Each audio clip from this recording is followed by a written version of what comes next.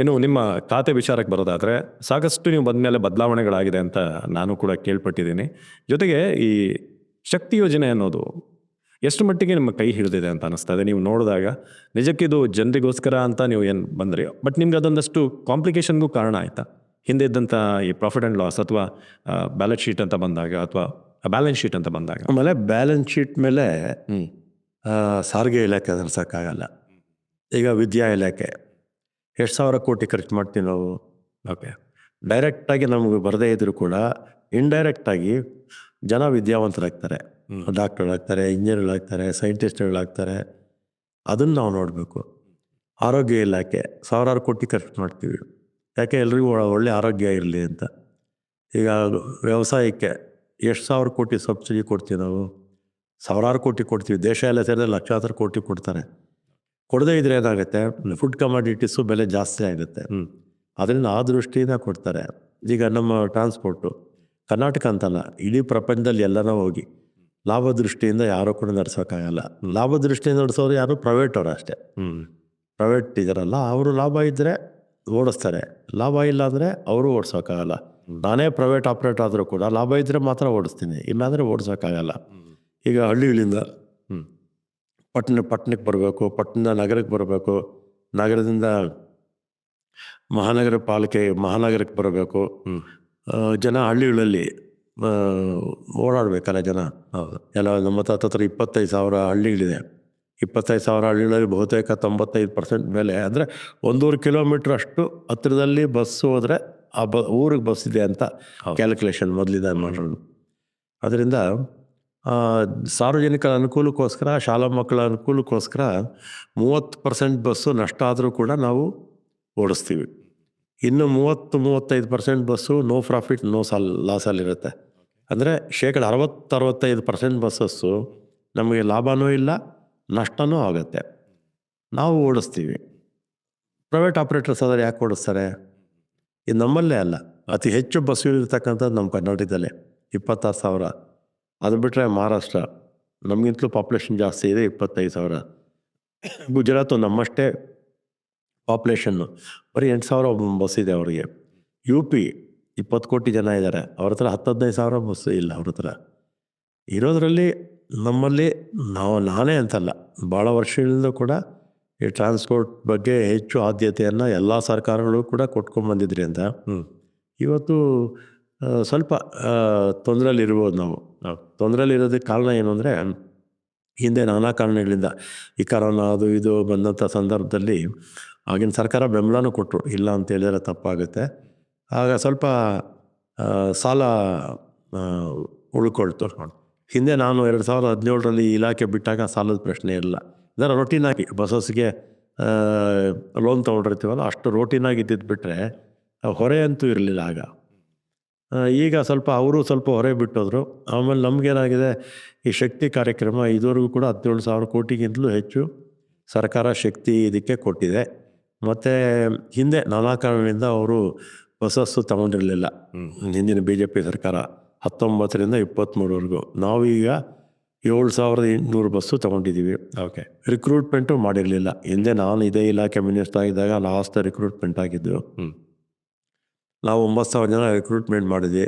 1,000 ಜನದ ಮೇಲೆ ಅನುಕೂಲದ ಆಧಾರದ ಮೇಲೆ ಕೆಲಸ ಕೊಟ್ವಿ. ಒಟ್ಟು 10,000 ಜನಕ್ಕೆ ಕೊಟ್ವಿ. ಸರ್ಕಾರದಿಂದ ಇನ್ನೂ ಒಂದಷ್ಟು ಬಾಕಿ ಬರಬೇಕು ನಮಗೆ. ಆ ಬಾಕಿ ಕೊಟ್ಬಿಟ್ರೆ ನಮ್ಮದು ಬ್ರೇಕ್ ಇವನ್ ಆಗಿಬಿಡುತ್ತೆ.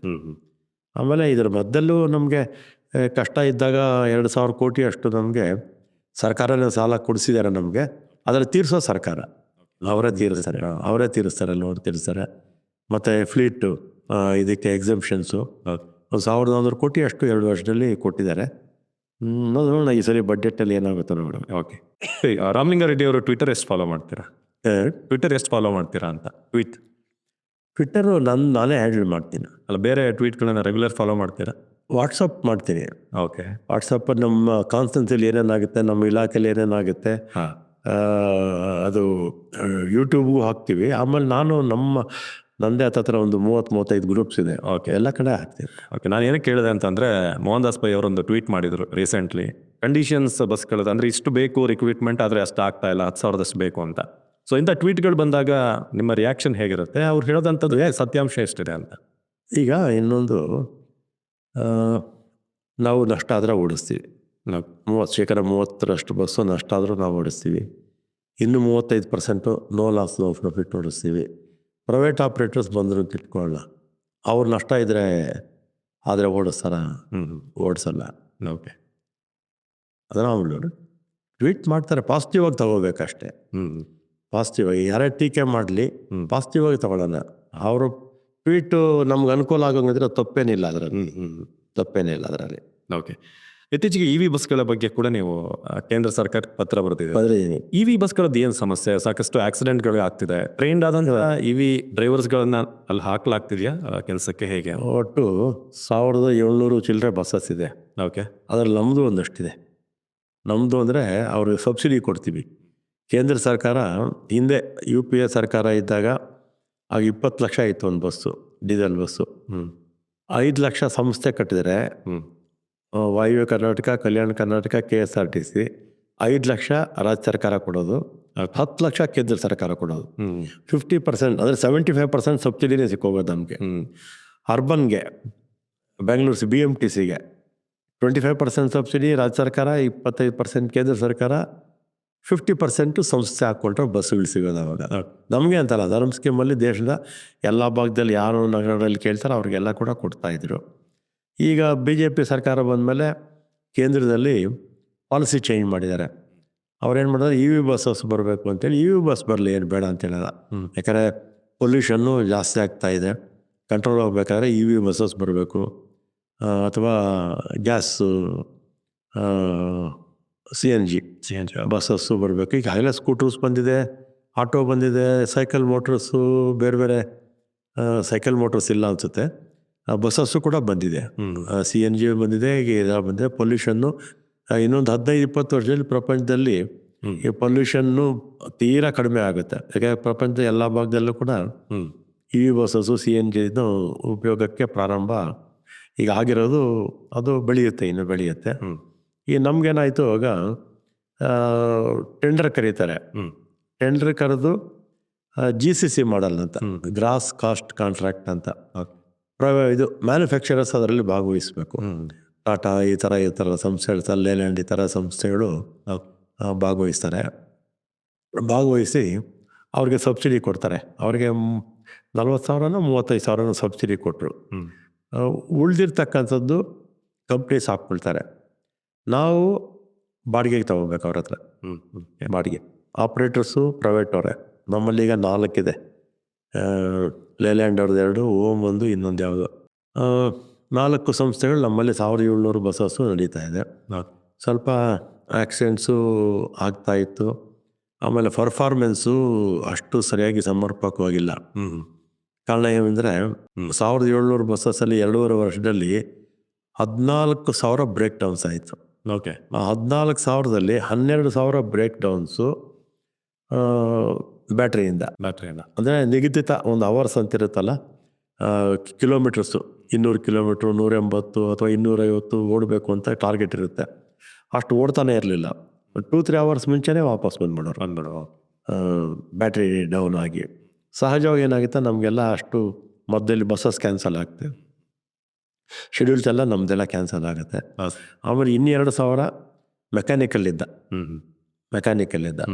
ಇದು 12,000 ಬ್ಯಾಟ್ರಿಯಿಂದ, 2,000 ಮೆಕ್ಯಾನಿಕಲ್ಲಿದ್ದು, ಒಟ್ಟು 14,000 ಬ್ರೇಕ್ ಡೌನ್ಸ್ ಆಯಿತು. ನಮ್ಮದು 5,700 ಬಸ್ ಇದೆ. ನಮ್ಮದು 5,700 ಬಸ್ಗೆ ಬ್ರೇಕ್ ಡೌನ್ಸ್ ಬರೀ 100. 5,700ಕ್ಕೆ 100 ಬ್ರೇಕ್ ಡೌನ್ಸು. ಅವ್ರದ್ದು 1,700 ಬಸ್ಗೆ 14,000 ಬ್ರೇಕ್ ಡೌನ್ಸು. ಅದಕ್ಕೆ ಇದನ್ನು ವಿತ್ ಸ್ಟ್ಯಾಟಿಸ್ಟಿಕ್ಸು ನಾನು ಕೇಂದ್ರದ ಮಂತ್ರಿಗಳು ಕುಮಾರಸ್ವಾಮಿ ಅವರಿಗೆ ಪತ್ರ ಬರೆದೆ. ಆಮೇಲೆ ಅವರು ಸೆಕ್ರೆಟರಿ ಕಳಿಸಿದರು. ನಮ್ಮ CTM, CPM ಇಬ್ಬರೂ ಕಳಿಸಿದ್ರು. ಕಳಿಸಿ with fact and figures document ಸಮೇತ ತೊಗೊಂಡೋಗಿ ಅವ್ರಿಗೆ ಕೊಟ್ಟರು. 45 ಸಲ ಸರ್ ಮಾಡ್ತೀವಿ ಅಂದರು. 45 ದಿನ ಆಯಿತು, 4 ತಿಂಗಳಾಯಿತು. ಆಮೇಲೆ ಮತ್ತೆ ಮೊನ್ನೆ ತರಿಸ್ಕೊಂಡೆ. ಯಾವುದೋ ಒಂದು ಕಂಪ್ನಿ ಮಾತ್ರ ಒಂಚೂರು ಇಂಪ್ರೂವ್ಮೆಂಟ್ ಆಗಿತ್ತು. ಇನ್ನು ಉಳಿದಿರ್ತಕ್ಕಂಥ 3 ಕಂಪ್ನಿ ಇನ್ನೂ ಹೋಪ್ಲೆಸ್ ಆಗಿದೆ. ಅದಕ್ಕೆ ಇನ್ನೊಂದು ಪತ್ರ ಬರೆದಿದ್ದೀನಿ ಅವ್ರಿಗೆ. ಓಕೆ. ಇನ್ನೊಂದು ಪತ್ರ ಬರೆದಿದ್ದೀನಿ. ಇನ್ನು ಹಿಂದೆ ನೀವು ಹೋಮ್ ಮಿನಿಸ್ಟರ್ ಆಗಿದ್ದಂಥವ್ರು, ಸೊ ಅಲ್ಲಿಂದ ಈ ಸಲ ಸರ್ಕಾರ ಬರಬೇಕಾದ್ರೆ ಸಾರಿಗೆ ಮುಜರಾಯಿ ಸಿಗುತ್ತೆ ನಿಮಗೆ, ಅದು ಕೂಡ ಶಕ್ತಿ ಯೋಜನೆ ಅಂತ ಒಂದು ಚಾಲೆಂಜ್ ಇರಬೇಕಾದ್ರೆ, ಯಾಕಂದರೆ ಸಾಮಾನ್ಯವಾಗಿ ಯಾರೂ ಕೂಡ ಈಸಿಯಾಗಿ ಒಪ್ಕೊಳ್ಳಲ್ಲ, ಯಾಕಂದರೆ ಆಲ್ಮೋಸ್ಟ್ ಪ್ರಾಫಿಟ್ಗಿಂತ ಲಾಸ್ ಎರಡೂ ಕೂಡ ಬ್ಯಾಲೆನ್ಸ್ ಮಾಡಬೇಕಾಗುತ್ತೆ. ಹೇಗೆ ಅನ್ಸುತ್ತೆ ಹೋಮ್ ಮಿನಿಸ್ಟ್ರಿಂದ ಸಾರಿಗೆ ಸಚಿವರು ಅಂತಂದಾಗ ಮುಖ್ಯಮಂತ್ರಿಗಳು ನಿಮ್ಮ ಹತ್ರ ಕೂರಿಸಿ ಮಾತನಾಡಿದ್ರೆ ಈ ಖಾತೆ ನಿಮಗೆ ಕೊಡ್ತಾ ಇದ್ದೀವಿ, ಆ ಮಾತುಕತೆ ಏನಿತ್ತು ಅಂತ ನಿಮ್ಮ ಮತ್ತು ಸಿದ್ದರಾಮಯ್ಯನವ್ರ ನಡುವೆ? ಹಾಗಾಗಿ ಈ ಖಾತೆ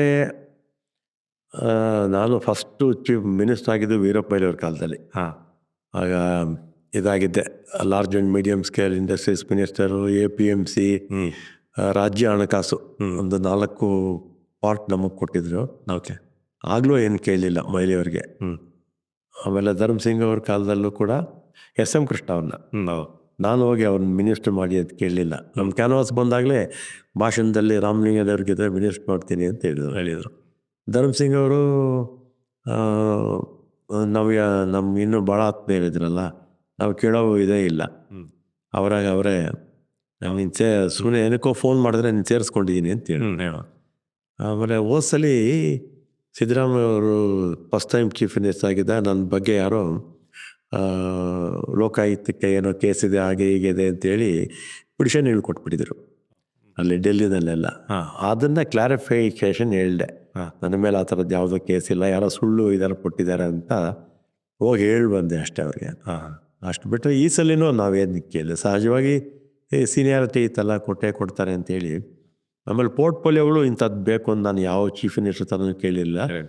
ಮೊನ್ನೆ ನನಗೆ ಏನಾಗಿತ್ತು, ಹಿಂದೆ 4 ವರ್ಷ 4 ತಿಂಗಳು ಆಗಿತ್ತಲ್ಲ, ಮತ್ತು ಈ ಖಾತೆ ನನಗೆ ಯಾವುದನ್ನು ಬೇರೆದು ಕೊಡ್ಬೋದಿತ್ತು, ನನ್ನ ಸೀನಿಯಾರಿಟಿಗೆ ಬೇರೆ ಯಾವುದನ್ನ ಕೊಡ್ಬೋದಿತ್ತು.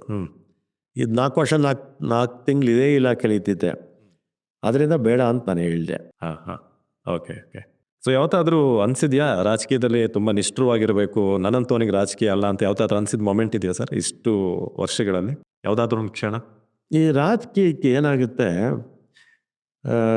ಅದು ಕೆಲವರು ರಾಜಕೀಯದಲ್ಲಿ ಮಧ್ಯದಲ್ಲಿ ಬರ್ತಾರೆ. ನಮಗೇನಾಗುತ್ತೆ, ನಾವು ರಾಜಕೀಯಕ್ಕೆ ಗೊತ್ತಿಲ್ಲದೆ ಬಂದಿರೋರು. ಓಕೆ. ನಾವು 20ನೇ ವಯಸ್ಸಲ್ಲಿ ನಾನು ಇದು ಡಿಗ್ರಿ ಓದುವಂಥ ಸಂದರ್ಭದಲ್ಲಿ ನಾವು ಗೊತ್ತಿಲ್ಲದಂಗೆ ರಾಜಕೀಯಕ್ಕೆ ಬಂದಿದ್ದು. ಅದರಿಂದ ನಮ್ಮ ತಂದೆನೂ ಇದೇ ಫೀಲ್ಡಲ್ಲಿ ಇದ್ದವರಲ್ವಾ, ಅದರಿಂದ ಸಹಜವಾಗಿ ನಮ್ಮಲ್ಲಿ ಕಾಲೇಜು ಸೆಕ್ರೆಟರಿ ಆಗಿದ್ದೆ, ಹೇಳಿದೆ ಆಗಲೇ, ಗೌರ್ಮೆಂಟ್ ಸೈನ್ಸ್ ಕಾಲೇಜ್ ಸೆಕ್ರೆಟರಿ ಆಗಿದ್ದೆ, ಲಾ ಕಾಲೇಜ್ ಪ್ರೆಸಿಡೆಂಟ್ ಆಗಿದ್ದೆ, ನಮ್ಮ ಸ್ಟೂಡೆಂಟ್ ವಿಂಗು, ಯೂತ್ ಕಾಂಗ್ರೆಸ್ಸು. ಅದರಿಂದ ಆಮೇಲೆ ನಮಗೇನು ನಷ್ಟನೂ ಏನಿಲ್ವಲ್ಲ, ಏನು ಆಸ್ತಿ ಪಾಸ್ತಿ ಏನು, ನಾನು ಎಲೆಕ್ಷನಲ್ಲಿ ಏನು ಕಳ್ಕೊಳ್ಳೋದು ಏನೂ ಇಲ್ಲ. ನನ್ನ ಎಲೆಕ್ಷನ್ಗೆ ಆಗುವಷ್ಟು ದುಡ್ಡು ಜನ ಕೊಡ್ತಾರೆ, ಇನ್ನು ಮಿಕ್ಕೋಗಷ್ಟು ಕೊಡ್ತಾರೆ, ಅದರಿಂದ ಏನು ಬೇಸರ ಏನೂ ಇಲ್ಲ. ಈಗ 2008ರಿಂದ ಈಚೆಗೆ ರಾಜಕಾರಣ ಸರಿ ಇಲ್ಲ. ಈ ದ್ವೇಷ ರಾಜಕಾರಣ, ಬೆಳಿಗ್ಗೆ ಎದ್ರೆ ಬರೀ ಅಪಪ್ರಚಾರ ಮಾಡೋದು, ಅದೇನು ಪಕ್ಷಾತೀತವಾಗಿ ಹೊರತುಪಡಿಸಿ ಇಂಥ ಪಕ್ಷ ಅಂತೇನಿಲ್ಲ. ಮೊದಲು ಆ ಥರ ಇರಲಿಲ್ಲ, ಭಾಳ ಡಿಗ್ನಿಫೈ ಆಗಿತ್ತು ರಾಜಕೀಯ. ಈಗ ಆ ಥರದ್ದಿಲ್ಲ, ಹೊಲಸು ಇಲ್ಲ. ಆದರೆ ಹೆಂಗಿದು ಬೇರೆ 2008 ಆದಮೇಲೆ ಎಲ್ಲ ಪಕ್ಷಗಳಲ್ಲೂ ಈ ಥರ ಇದೆಯಾ? ಅದು ಜಾಸ್ತಿ BJP. ನಮ್ಮಲ್ಲಿ ಅಷ್ಟಿದಿಲ್ಲ. ಅವರು ಜಾಸ್ತಿ ಬೆಳಿಗ್ಗೆ ಇದ್ದರೆ ಆ ವಾಟ್ಸಪ್ ಇನ್ಸ್ಟಾ ಮುಖಾಂತರ ಅಪಪ್ರಚಾರ ಮಾಡೋದು, ಸುಳ್ಳು ಹೇಳೋದು ಎಲ್ಲ ಜಾಸ್ತಿ ಅವರು. ನಮ್ಮಲ್ಲಿ ಇಲ್ಲ ಅಂತಲ್ಲ, ಆದರೆ ಅವರಷ್ಟು ನಮ್ಮಲ್ಲಿ ಇಲ್ಲ. ನಿಮ್ಮಲ್ಲಿ ವೈಯಕ್ತಿಕ ಟೀಕೆ ಮಾಡಬಾರ್ದು, ಯಾವುದೇ ಪಕ್ಷದವರು ಇರ್ಬೋದು. ನಾನು ಯಾರನ್ನೂ ವೈಯಕ್ತಿಕವಾಗಿ ಯಾವತ್ತೂ ಟೀಕೆ ಮಾಡಲ್ಲ. ಬೇಕಾಷ್ಟು ಟೀಕೆ ಮಾಡ್ತೀನಿ. ಪ್ರಧಾನಮಂತ್ರಿಗಳು ಆಗಲೇ ನಾನು ಹೇಳಿದಲ್ಲ, ನೀವು ಹೌದು ಹೇಳ್ತೀನಿ, ಅದು ಫ್ಯಾಕ್ಟ್ ಏನಿರುತ್ತೋ ಅಷ್ಟು ಹೇಳ್ತೀನಿ ಹೊರತು ಸುಳ್ಳು ಮಸಾಲೆ ಹಾಕಿದಾರೆ ಏನು ಹೇಳೋಕ್ಕೋಗಲ್ಲ. For business and personal promotions, please contact 9686376663.